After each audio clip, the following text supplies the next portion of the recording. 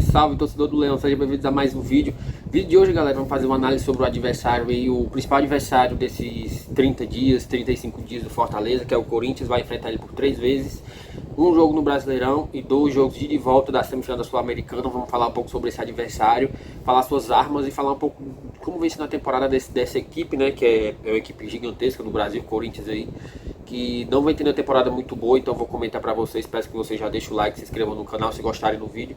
Sem enrolar muito, bora aí pra essa análise do adversário. Tamo junto!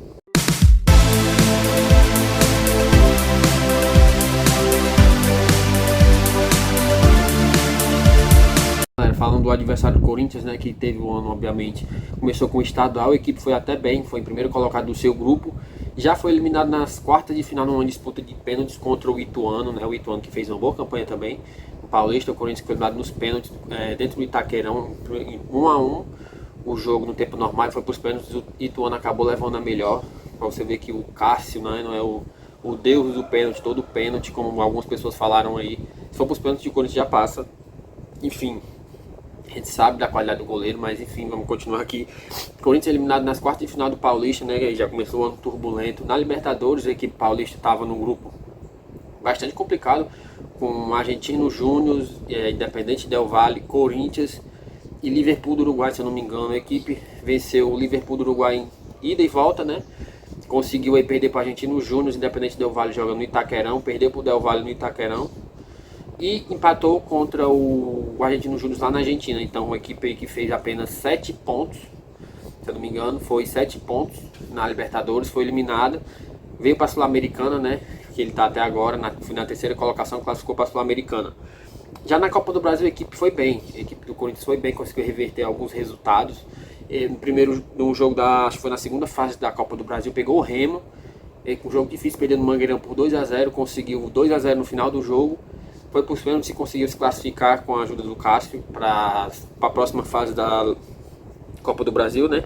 Que viria a pegar o Atlético Mineiro, que perdeu o primeiro jogo de 2-0 lá no Mineirão, no Itaquera, Neoquímica Arena, né? Perdeu o nome agora. Venceu por 2-0 também, acho que um dos melhores jogos do Corinthians no ano. Se eu for falar com perguntar ao torcedor, eles vão concordar com isso, né? Pegou o Atlético Mineiro e venceu por 2-0 também, foi para os pênaltis com a ajuda do Cássio novamente. O Corinthians passou para as quartas de final da Copa do Brasil, eliminando a equipe do Atlético Mineiro, um dos melhores jogos no ano aí do Corinthians no comando do Luxemburgo, né? Já pegando aí nas quartas de final, perdeu também para o América Mineiro, perdeu para a equipe da América Mineiro por 1-0 na Copa do Brasil, né? O jogo foi lá na Arena Independência, o primeiro jogo, se eu não me engano, e na volta foi 3-2, um jogaço lá no Itaquerão, também para os pênaltis. Cássio fez mais boas defesas aí, os jogadores do Corinthians foram muito bem nos pênaltis, e o Corinthians passou para semifinal da Copa do Brasil, né? Passou pelo América Mineiro por 3-2 no agregado, passou nos pênaltis e avançou para a semifinal. Aí pegou o São Paulo, venceu o São Paulo por 2-1, jogando em casa lá no Morumbi, perdeu de 2-0 e foi eliminado da Copa do Brasil na semifinal. Aí restou o Brasileiro e a Copa do Brasil, né? A equipe no Brasileiro que não faz uma boa campanha no Brasileirão, a equipe do Corinthians é apenas a 13ª colocada no campeonato, com 26 pontos, 22 gols marcados e 23 gols sofridos. Não é uma equipe que vai bem, né? Tá ali muito abaixo do que a torcida espera, tá aí a diferença de 5 pontos para a zona de rebaixamento. Então tem que olhar ainda pelo retrovisor, não tá totalmente tranquilo no Brasileirão. E dificilmente vai brigar por alguma coisa grande no Brasileirão, vai na Libertadores, só se melhorar muito, né? Equipe do Corinthians, como eu falei, já na Sul-Americana, que é a questão que a gente vai falar aqui também. Antes de falar da diferença de pontos, né? O Corinthians no Brasileirão, como eu falei, está na 13ª colocação com 26. Já o Leão, que é o próximo jogo das duas equipes, em 8º com 32. Então são 6 pontos de diferença. Se o Corinthians, por acaso, vencer o Fortaleza no Castelão jogando aqui pelo Brasileiro, já vai diminuir a distância para 3 pontos. Hoje, atualmente é de 6, então é importante o Fortaleza conseguir um bom resultado, não perder para o Corinthians aqui no Castelão pelo Brasileirão, que as equipes estão ali, caso o Corinthians vença, já dá uma desgarrada da parte de baixo e sonha, quem sabe, até brigar por uma vaga no G8, né? Já falando aí da última competição, que é a Sul-Americana, a equipe do Corinthians, como eu falei, desceu da Libertadores em terceiro, pegou a equipe do Universitário do Peru, equipe aí que é considerada frágil, né? venceu no Itaquera, jogou com a maioria dos jogos com o time reserva, basicamente. Jogou contra o Universitário 1, venceu por 1-0 lá em São Paulo, né? Foi para o Universitário, foi para o Peru jogar, foi um jogo bem difícil, venceu também por 2-1 e conseguiu a classificação para as oitavas de final para pegar uma pedreira, né? Um time difícil que é o News Old Boys. Venceu de virada em São Paulo por 2-1 e na Argentina segurou a pressão, um 0-0 assim, dificílimo. O Corinthians conseguiu passar e foi para as quartas de final para pegar o Estudiantes. Aí que o Estudiantes foi um jogo complicado também em São Paulo. Você vê que em São Paulo o Corinthians é muito forte, venceu todos os jogos na Sul-Americana, venceu.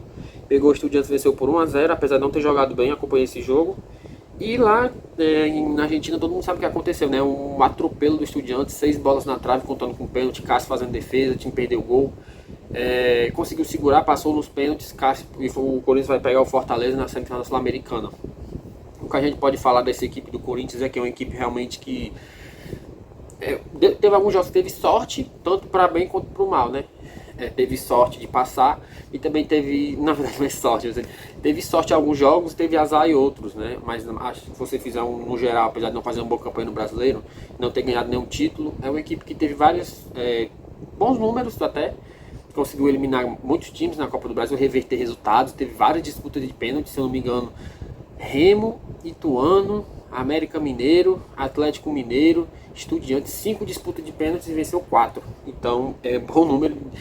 Não vou dizer que igual aqueles caras falaram que se empatar o Corinthians vai para a final, porque não é assim, né? Cada jogo tem sua história, enfim.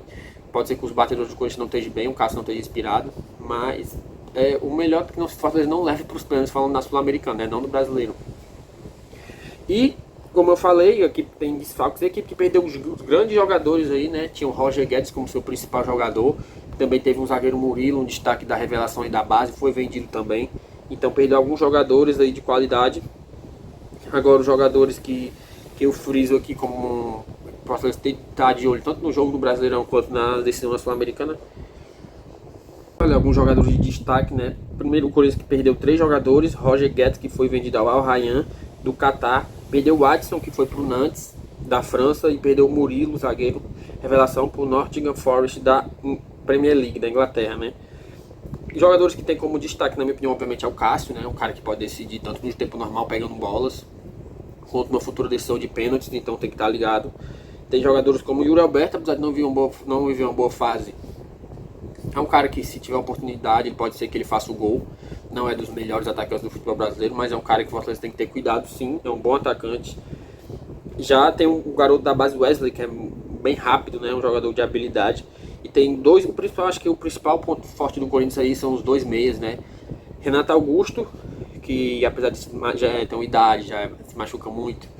E Matias Rojas, paraguaio, que veio aí do Racing, se eu não me engano. São 2 jogadores ali de qualidade, na bola parada, caras que podem achar um passe ali decisivo, então pode ser que mude a partida.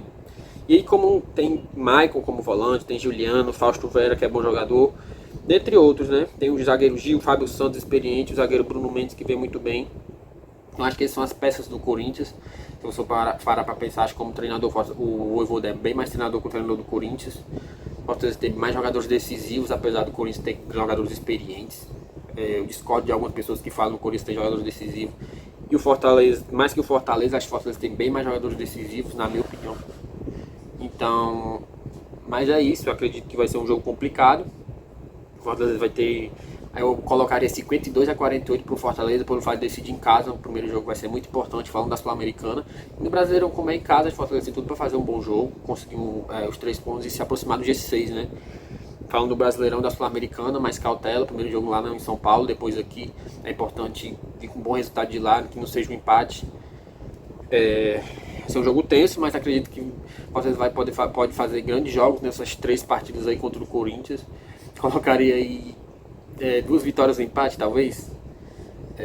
Ou de repente até uma vitória e 2 empates, né? Dependendo da ordem, empatar no Brasileiro e vencer na Sul-Americana, empatar outro jogo. Se ele não perder, já vai estar perto de conseguir tanto os 3 pontos do Brasileirão quanto a classificação para a final da Sul-Americana, né? É isso que é o mais importante. A Sul-Americana é bem mais importante que o Brasileirão nesse momento, então se tivesse que escolher, obviamente, para perder no Brasileiro ou na Sul-Americana, escolheria no Brasileiro. Mas que o Fortaleza possa conseguir vencer tanto o brasileiro quanto conseguir a classificação para a final da Sul-Americana, né, que é o que a gente mais quer. Beleza, galera? Tamo junto. Se gostou do vídeo, deixa o like, se inscreve no canal. Até um próximo. Valeu!